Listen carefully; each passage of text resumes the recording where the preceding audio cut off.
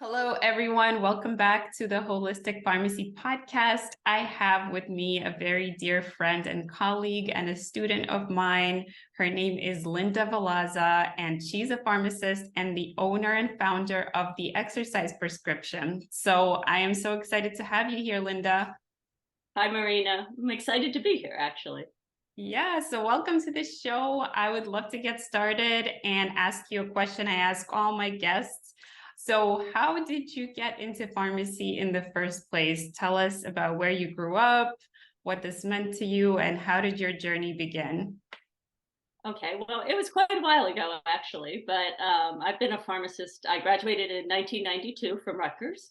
Um, I love learning about the human body and everything it can do. I love learning about medicine. I love learning about everything like that. So I was always fascinated on all that stuff. And I absolutely hate blood and gore. Okay. Like, hate it, hate it, hate it.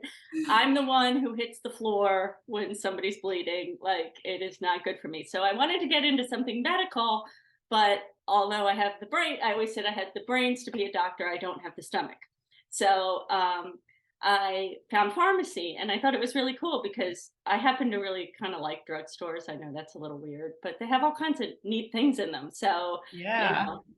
so I always kind of liked seeing what they have, cool cosmetics, nice, interesting things, whatever. So it seemed like a great way to get into medicine, the medicine field. At the time, it was only 5 years of school, so that wasn't too bad. I could Yeah. afford to do that. And it had really great, it was at the time, it was also really easy to get a job. I mean, people were just coming at you hand over fist for jobs. So, it was just sounded perfect. And I've been doing it since 1992. Wow. Yeah, that's quite a long journey. So I love drugstores as well. I guess maybe it's a weird pharmacist thing, but I always go to like pharmacies, local pharmacies when I travel and see, how it's different in other places in other countries or like more traditional apothecaries. I love going and visiting those. And as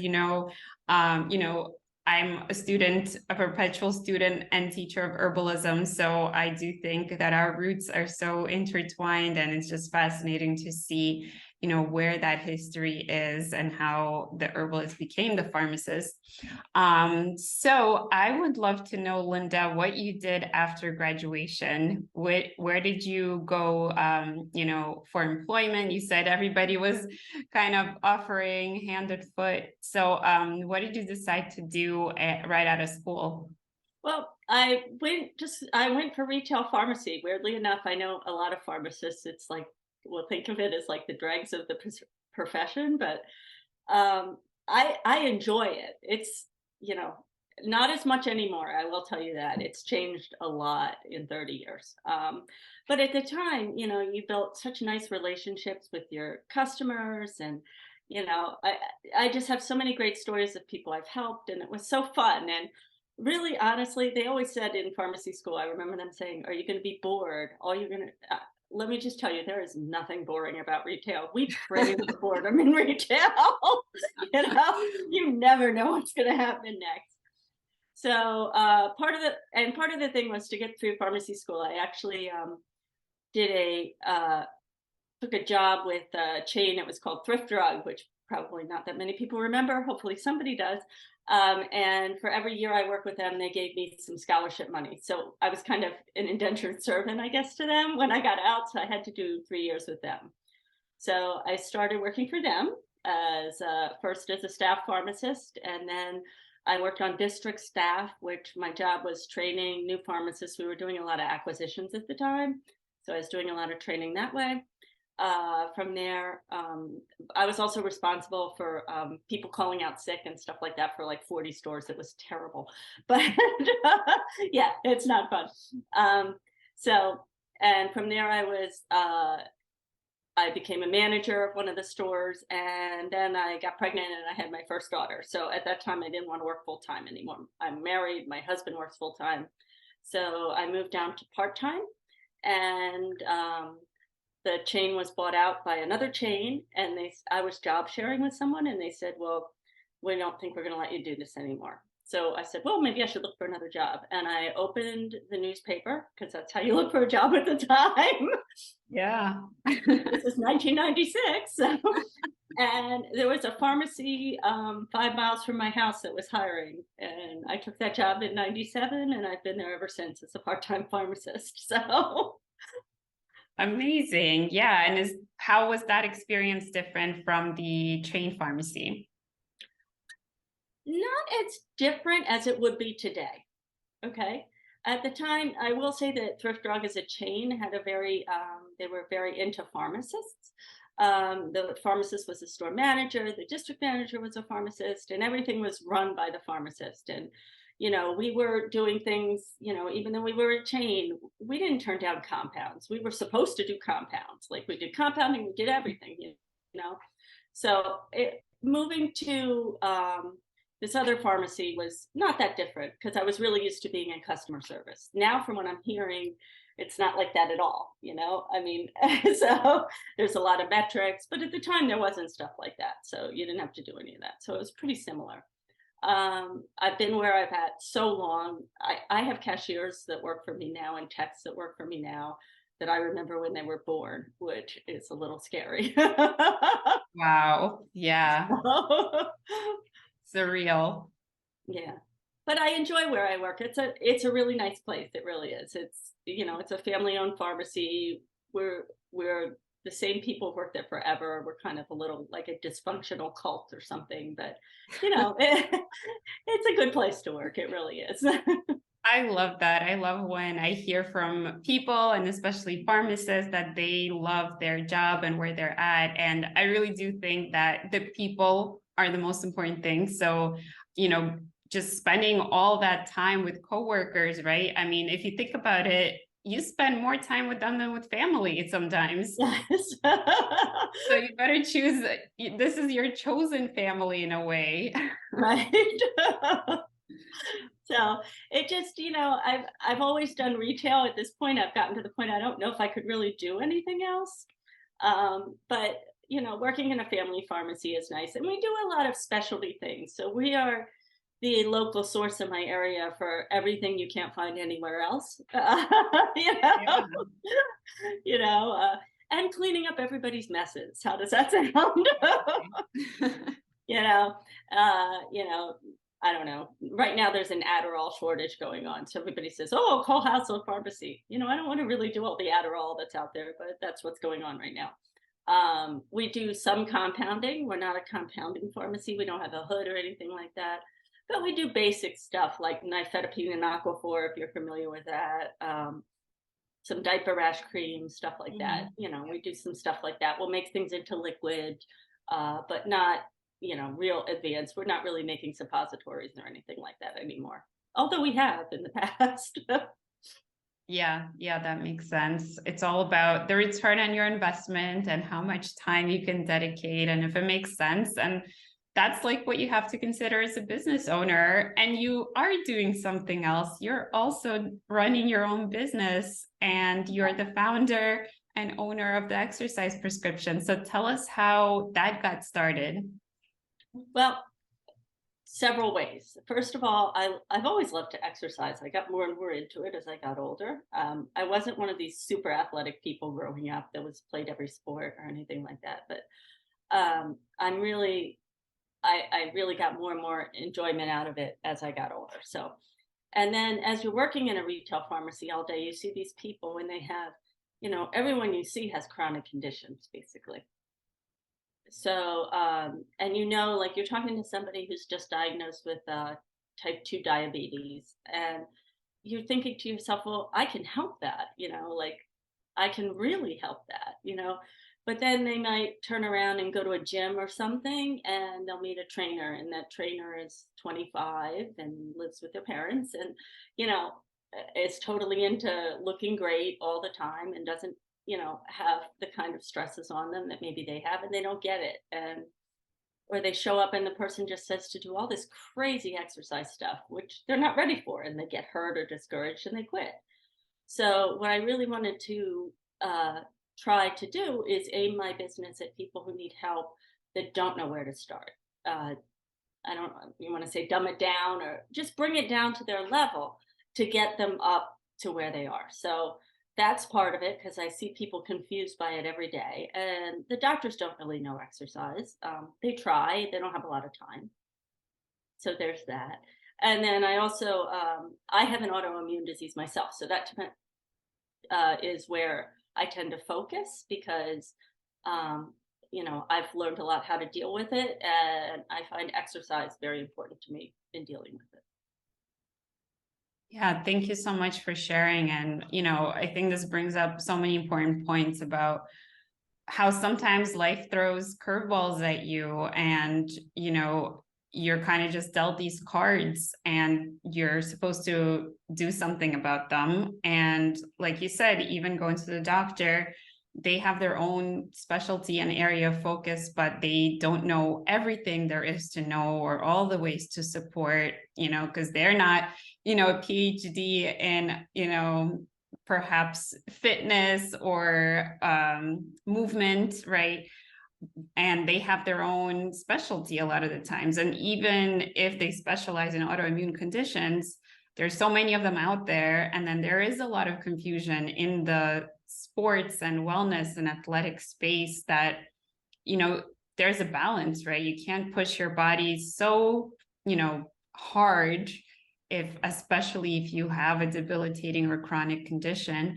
But at the same time, movement is life, and you need to sort of understand where you can push your body to and what are the limits. And, I don't think anybody kind of naturally knows. I mean, if we don't really live a natural life anymore. So movement is not as natural as it should be, perhaps. So I think this is so important and so necessary to meet people where they're at, like you said. And, it's not about dumbing or anything like that. It's about like, well, what does the person understand? What is the person motivated to do? What is the person willing to do also? Because sometimes, if they're not willing to do something, then you can talk for hours, but you won't really change it. But, I think education is where you start. So maybe when they know enough, they can become willing enough. Yeah. Yeah. And you have to make it fun. I mean, part of exercise, I would say, everybody's like, what's the best exercise? And I'm like, what's the one you'll do? You know, you have to enjoy it. You have to find what you like and how to deal with that. So, yeah, I don't mean to say it was dumbing down. I'm just saying if you go into a gym and your trainer says, okay, for your workout today, the first thing we're going to do is 50 burpees. I don't do burpees now. Like, I hate them. Like, and you walk out of there and you can't move for 3 days. Like, that's not good. Or if in case of an autoimmune disease, let's say you set off a flare. I mean, that's really not good, So, how do you deal with that? How do you deal with learning how to adjust for your body? The thing is, like, when you're in a movement-based disorder, if you have something like rheumatoid arthritis or psoriatic arthritis or something, you do need to move. That's like one of the best things you can do. But how do you do that safely without ending up, totally debilitated? Yeah, absolutely. So how did you kind of get more joy during your workouts, and how did you said that I remember you saying that you actually started enjoying exercise as you got older. So how did that process look for you, and how did you become an expert in supporting people with autoimmune conditions? Well, I think it started. It's probably my husband's fault. He would hate to say this because he hates when I disappear for hours. But, it started a while ago when my second daughter was born, she's 22 now. But anyway, he got me a treadmill. So I started playing around, walking and running on the treadmill because I had babies at home, so I couldn't go outside. And then I made some friends, and they said, "Oh my gosh, you have to come. You can run 3 miles. You have to come run this race." And I so did not want to do it because I was terrified I would come in dead last. I mean, really, you know. Um, So they talked me into it, and I came in like in the upper half of people, which was amazing to me. I had no idea I could come in the upper half. So I decided, wow, I love running. So I started running. And so I did a lot of running. I still love to run. That's still my favorite form of exercise. Sometimes I now have 4 kids. So I swear that sometimes I go out for a run just to get away from everyone, they can't come.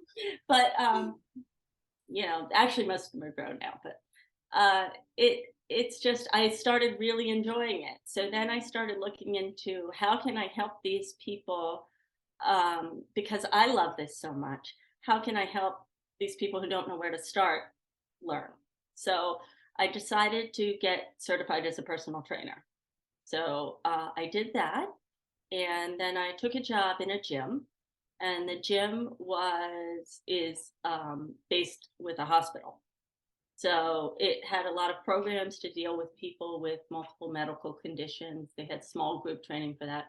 I got wonderful, wonderful experience there. Really great. And I worked there for a couple years, and I loved it. I would still work there if I could set my own hours and come and go as I please, like I do now. Yeah. So I started working there, loved it, worked there for 2 years, and then decided to go out on my own. So that's kind of how I ended up here.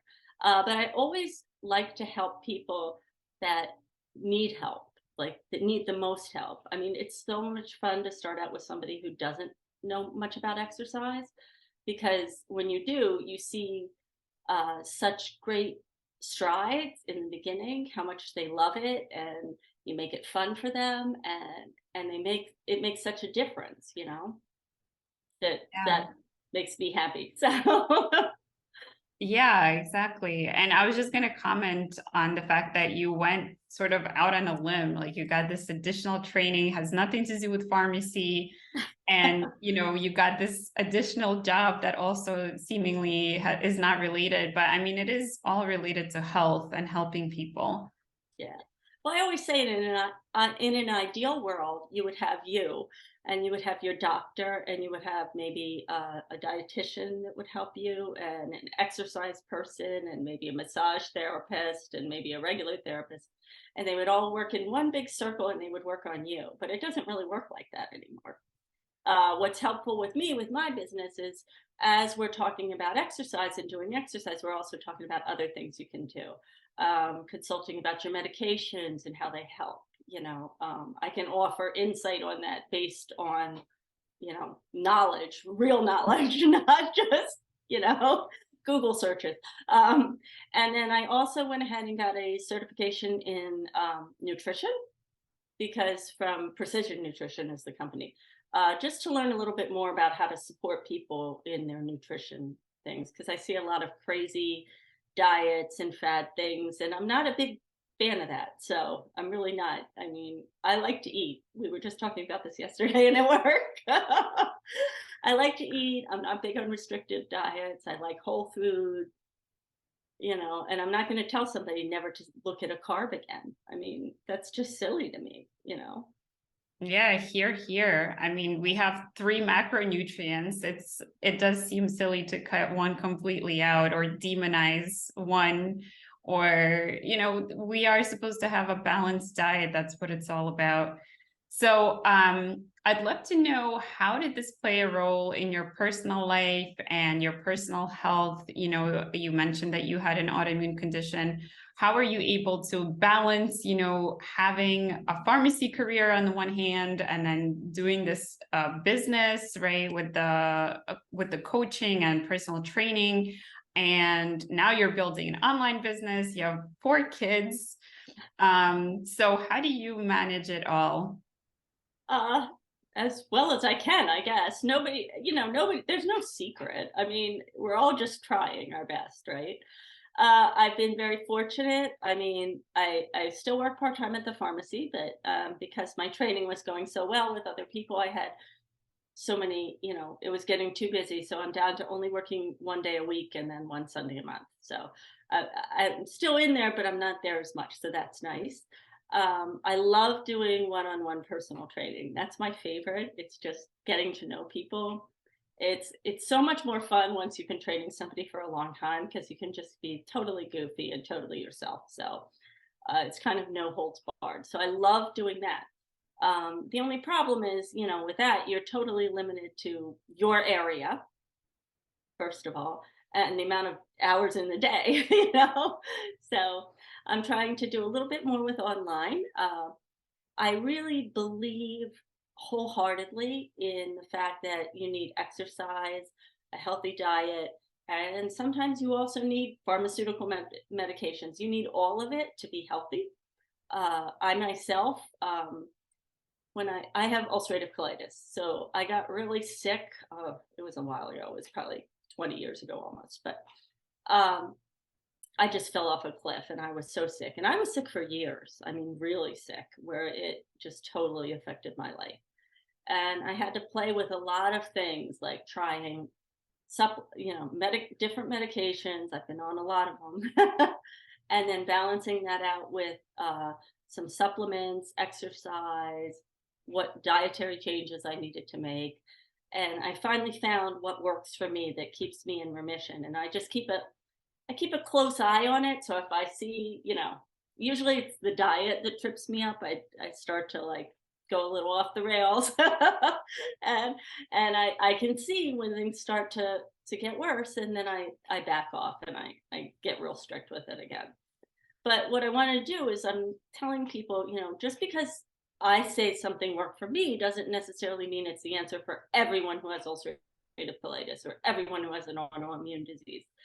But you need to have someone help guide you through the process of finding what supplements, what exercise, what works for you. You have to try different things, make notes of what happened, and go from there. Yeah, absolutely.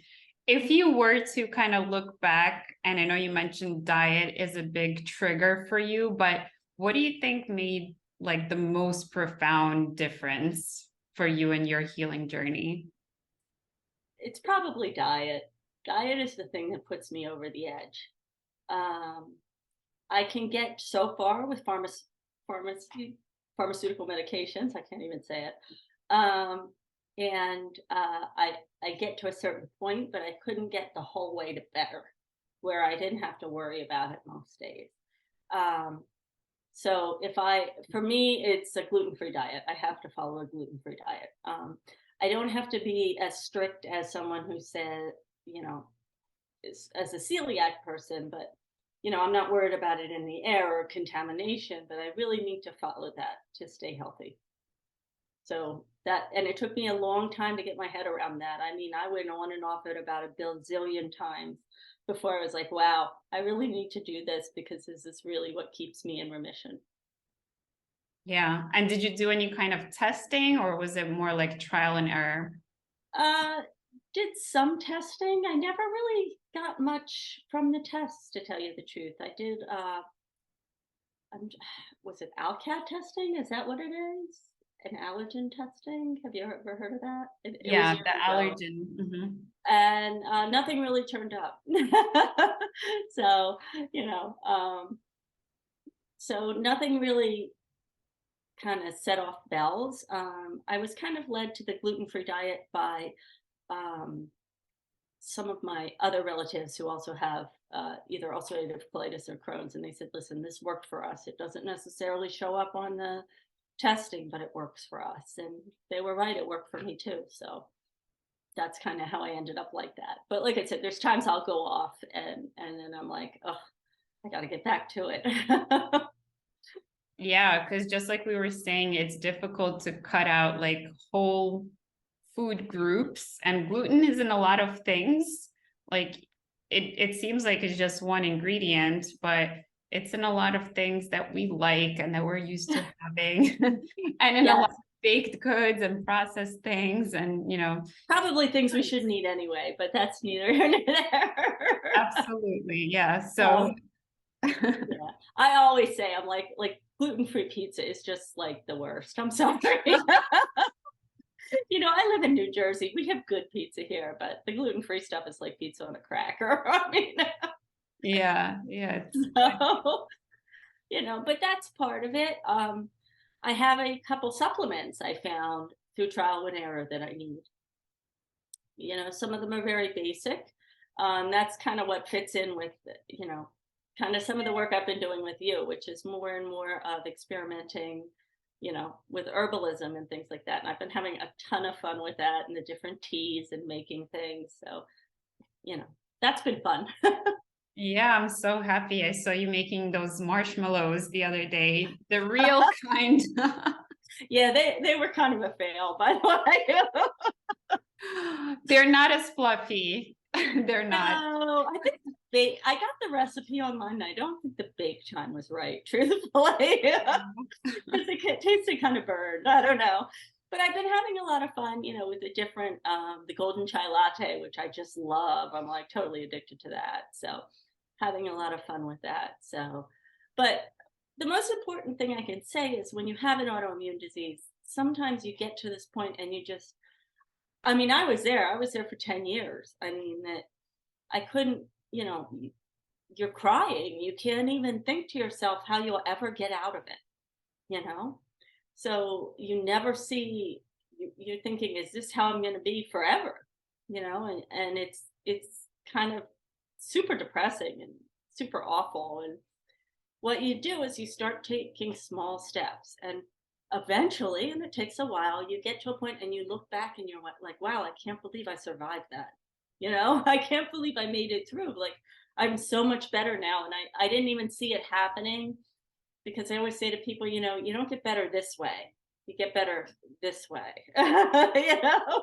So, it takes a long time. So that's the one thing I want to tell people is, don't give up. And most people, they give up too soon.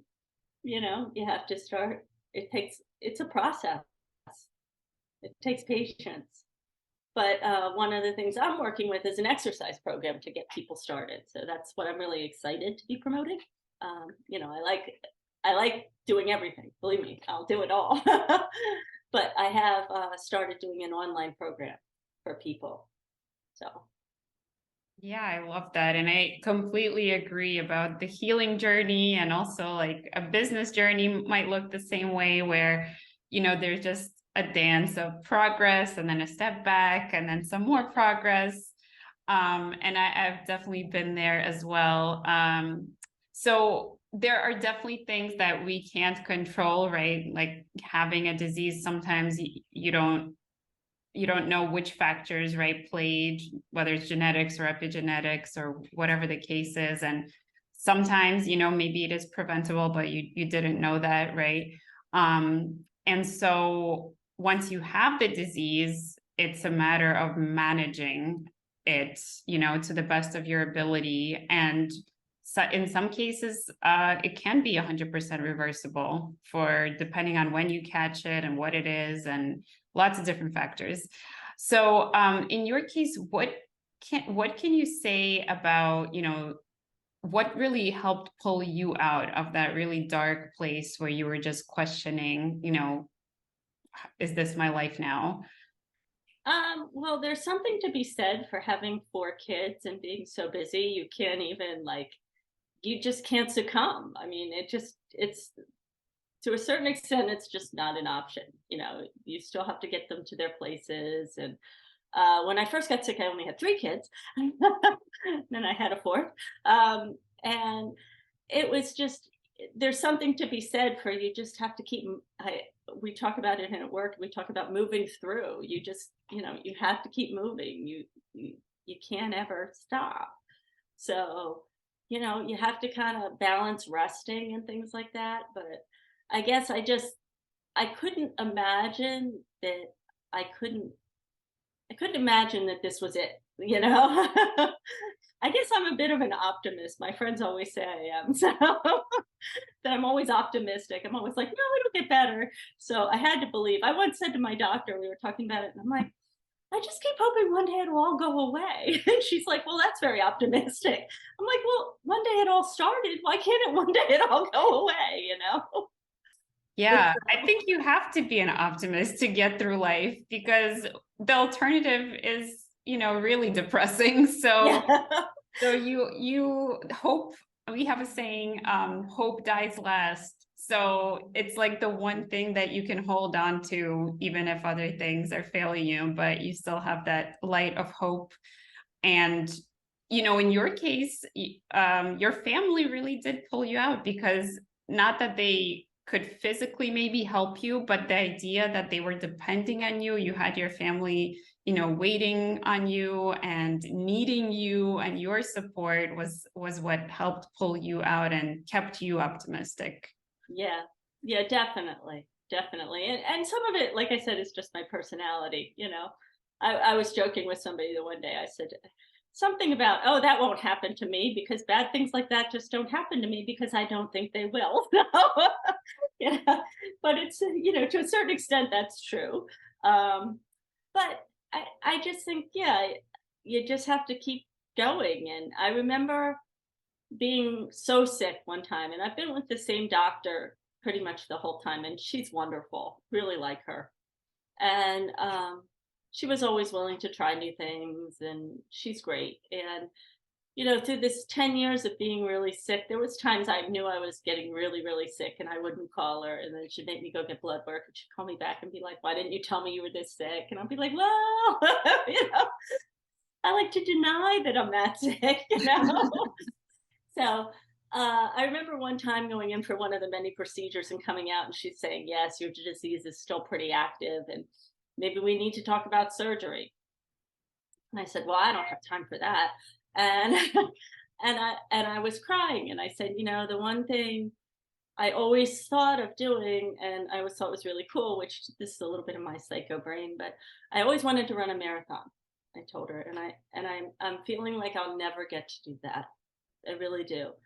And then as I slowly got better, in 2017, I ran my first marathon, and I ran another one in 2019. And if New Wow. York ever lets me into the New York City Marathon, I'll run that one.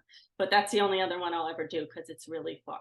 But anyway, but I remember calling her after that weekend, and I hadn't told her I was training or anything. And I think whenever I called her, she was afraid I was going to spring something on her, like, I was halfway to dead or something.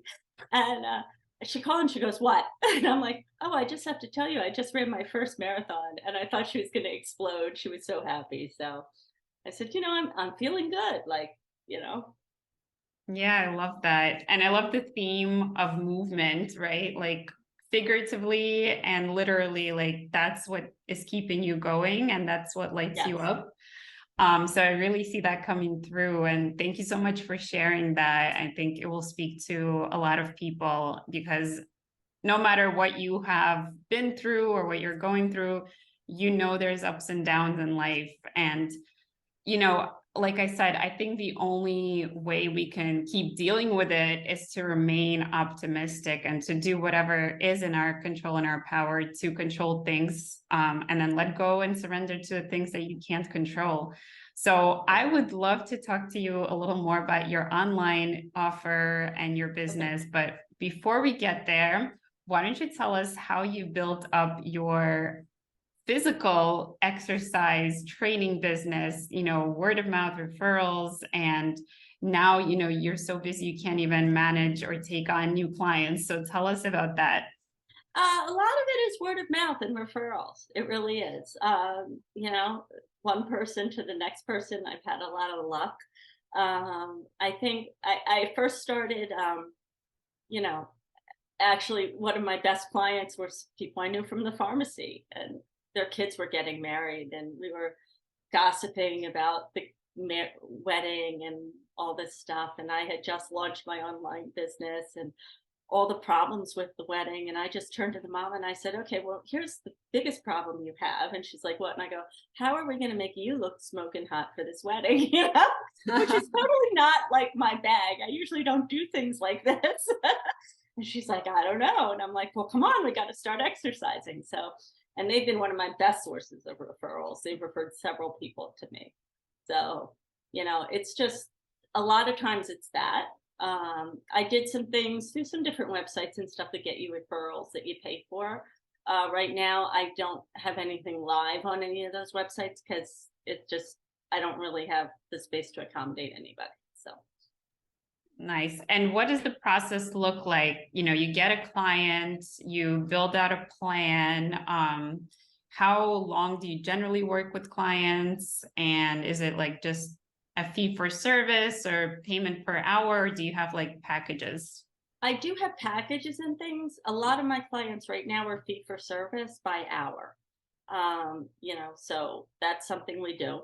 And I go to their homes and I drag all my stuff with me. Some of them I'm lucky enough that they have a lot of stuff of their own. I don't, if you're one of these people that likes to buy exercise equipment like I do, a lot of people have a lot of stuff at home. So, I use their stuff and that kind of stuff. So it just is, I go in and I do what's called a functional movement screen. And what that is I didn't invent it. I learned how to do it at the gym.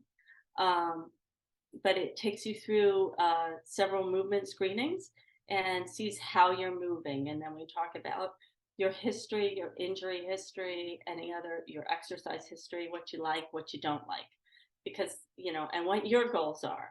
And I'm always trying to get people to tell me, do you have an exercise goal?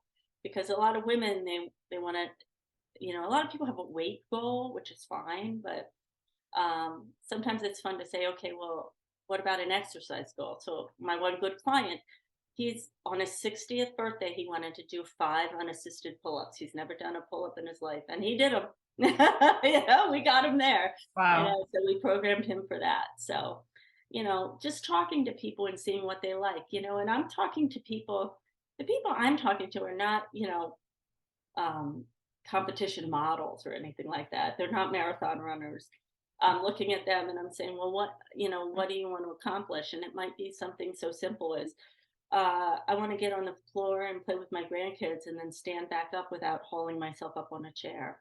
I mean, do you know how many people, you probably don't, but a lot of older people are afraid to go down on the ground. They can't get up. I mean, you can make such a huge difference in someone's life. So that's kind of where I start with that and find out what they like. We talk a lot about what they like because I want you to like it, so if you like to lift big, heavy things, we'll do that. If you like a little bit more cardio bent, we'll do that. They have to like what they're doing. I love that. And we're coming back to our earlier theme of joy. And so your spirit is really shining through right now because you are helping people find their joy through movement and exercise. And I love that you're taking it to a bigger platform and now making it available online so that you don't physically have to be there, but you can accomplish much of the same thing. Of course, it's nice to be in person. And we all missed that, right, during the pandemic. But also, this is more resilient for you as a business, right. So that if there are ever any physical restrictions again, and face-to-face restrictions, that you could still have a business online. So, tell us about like what is really motivating and driving you to get this out. Why is this important, and why should people get moving? Because I just see people just don't know where to start and they're lost and they're in pain, and nobody starts at the level they need to start at, and the advice they get is good advice if you're already very mobile and if you're already in shape, but it's not great advice if you're not. I mean, and the other thing with an autoimmune disease is what sets off a flare if you have an autoimmune disease? Stress, right? And what is exercise? Well, it's stress, right? So how do we balance that? We can't give you too much stress or we don't want to set you in a flare. We have to give you just enough that you can build on it. So that's, what's driving me is to show people how to get started, where to begin, because they don't know where to begin. And, that's what's driving me, and so many of these exercise programs and things you see online, or I get a lot of videos and things about exercise, and I'll be like, oh, do this core workout, and and then I'll see the moves and I'll be like, well, I'm not going to do that. That's going to make my back hurt. I mean, I would never give that to a beginner, Yeah, I love that. It's like you don't know what you don't know. And also, I think a lot of people just take their body for granted. And so, like you said, getting down on the floor, and like people don't even think, some people that don't have that problem, right, wouldn't even think like this is a big deal. And so meeting people where they're at is so important and underestimated. And I think stress is also misunderstood, because it's not that the stress is always bad, it's our response to the stress and how we Right. perceive the stress. And that's why training and giving our body just the right amount, like you said, like the use stress, the normal amount of stress, actually trains us to become more resistant and resilient to any other stress. And so, like, if we are consistently increasing our workouts, then our muscles can get larger and support that, the energy production and everything that goes on to it, and circulation, everything that our body actually needs to get stronger. Exactly. So, exactly. yeah. I'm not necessarily talking about, you don't have to want to run a marathon. I don't want anybody to think I've never made anyone run. Okay. It's just what I like to do. But I always laugh because I always say, people come to me and be like, oh, I love Zumba class. I'm like, well, then go to Zumba class. I hate Zumba class. Okay. I'm so uncoordinated. Other people get injured when I do Zumba. Okay. So like, I'm never going to go to a Zumba class, but that doesn't mean it's not a good workout. So what can we do to get you there? What can we do so that if, your grandkids are over and they want to go to the park, you can walk to the park and push them on the swings and poop around with them and be able to do all that? Or in the case of like a lot of these autoimmune diseases, they're not your grandkids, they're your kids. How can we just face every day and be able to do whatever and not think about it? And that's where I want people to be. Yeah, you want it to be second nature. You don't want it, you kind of want it to be for granted. You don't want it to be like, Yeah. sure. Yes. Awesome. Well, Linda, I had so much fun recording this episode and interviewing you, and I'd love to do a quick rapid fire round. Okay, great. All right. So my first question for you is, what is your number one tip that anyone can do if they're just starting out exercising?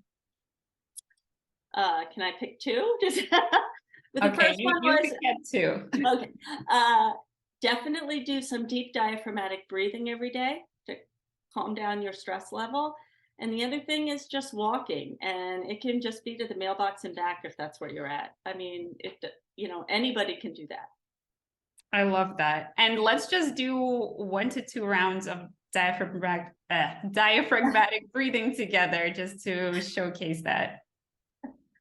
Okay, well, can I explain? I can't do it while I'm breathing. So I just want to explain to people, you want to put your hands on your belly and you want to breathe in, and you want your belly to really expand the whole way. So you want to make yourself get a big fat belly, and then you want to exhale and push it all out. And you really want to take your time with it. Count to 5 in your head or with wherever you're at. So you can't see my stomach. That's good. But basically you want to just, okay, wait. I have a little bit of inhale and inflate the stomach. Inhale and inflate.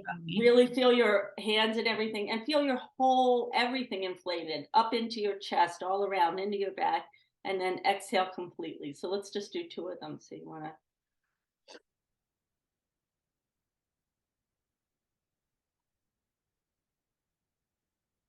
And do you recommend breathing in through the mouth and out through the, I'm sorry, in through I usually do in through the nose and out through the mouth, but I wouldn't get too hung up on any of it, okay? Some of the reason I'm doing that way right now is I have a little bit of a cold, so I don't want this to get ugly.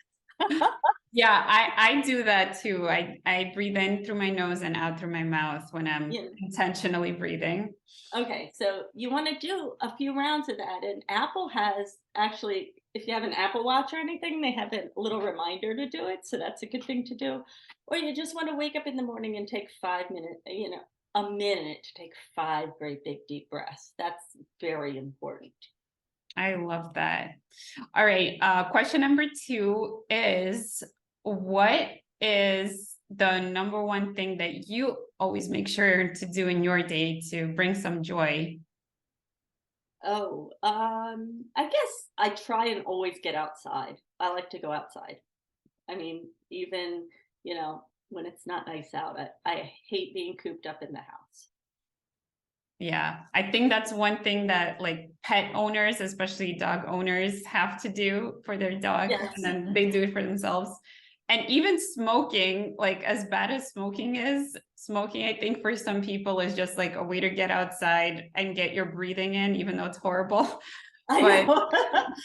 I often say that at work. How come they get cigarettes break? I need to just go outside and take a yeah, cigarette break without the cigarette, you know? exactly. We need the mental health outside break. All right, Linda. And my third question for you is, what's your favorite gluten-free treat? Oh, well, I know it's not pizza. no, it's not pizza. I mean, a lot of the baked goods are really good. I love blueberry muffins. I'll just make them at home. It doesn't mean they're good for you. See, I think gluten free has gotten a really crazy rap like that. Like it's healthy. There's a lot of really unhealthy things that are gluten free. I mean, you know, I love fudge like you get at the Jersey Shore. There is nothing healthy about fudge, but there is no gluten in it. It's just butter and sugar. Okay. Yeah. Oh, butter has a bad rap too, which I disagree with, but But but the perhaps if it, sugar, yeah. yeah, all the sugar too is not so great. So I love stuff like that, you know. But as far as cooking every day, I don't really have much trouble with it. So Awesome. Well, Linda, why don't you tell everybody how they can get in touch with you? Where can they connect with you and learn more about your online program? Okay, so you can go to my website, which is exerciseprescriptionlv.com. And you can set up an appointment with me there. You can also contact me on Facebook or on Instagram. I'm on both of those. And follow me. I try and post every day little tips. Sometimes there'll be little exercise tips featuring me or whatever, and doing stuff like that. So I just want to tell everybody that this program I'm promoting, the autoimmune, it's called Intro to Exercise. Anyone can do it. It really is for you. I don't know how many people have said to me, well, I can't do one of these programs until I get into better shape. See, this is the program to start you at the bottom, okay? It doesn't take a lot of time. It doesn't take a lot of equipment. Parts of it you can do at home in your pajamas. I mean, you don't even need specialized clothes. So we're not talking a huge commitment, hours and hours every day. It is 5 days a week. It's a 3-week program. No more than 30 minutes a day. And it changes every day. So what you're doing. So I love that because I always get bored and I need like new routines on the daily. So that's awesome. yeah, I think sometimes boredom is why people hire me to come to their house. I say I'm very entertaining because I talk the entire time they're training, you know? Love it. Love it. Well, yeah, Yeah, you certainly have a but huge that's personality. part of, Yeah. well, that's one of my favorite things to do is that, and that's why a lot of the people I keep training, because a lot of people just need that accountability of someone to come to their house every day and be like, oh, we're working out right now, and this is what you're doing. Most people, that's kind of my bread and butter, really. The nice thing about the online program is you're going to be sending me daily check-ins and any questions. So I'll be able to review them and get back to you within 24 hours and answer any questions you can have. So just in case you run into trouble with something or you can't do something, I think most of the exercises are accessible for everyone. But if they're not, we'll come up with something else. There's always something else. So Love it. Yeah. So there's that accountability piece, even though you're doing this self-paced. yes, you are still able to get in touch with me. It's not totally like something you throw in the corner. You're definitely getting some, feedback on your things, and you can question things and stuff like that, and you'll hear back from me. Awesome. Well, thank you again, Linda, for coming on the show and sharing your bubbly, joyful personality on here. And hopefully we brought some smiles to people's days today. And I will see you in class soon. Yes, I'll see you in class soon. Thanks, Marina. Bye. Bye.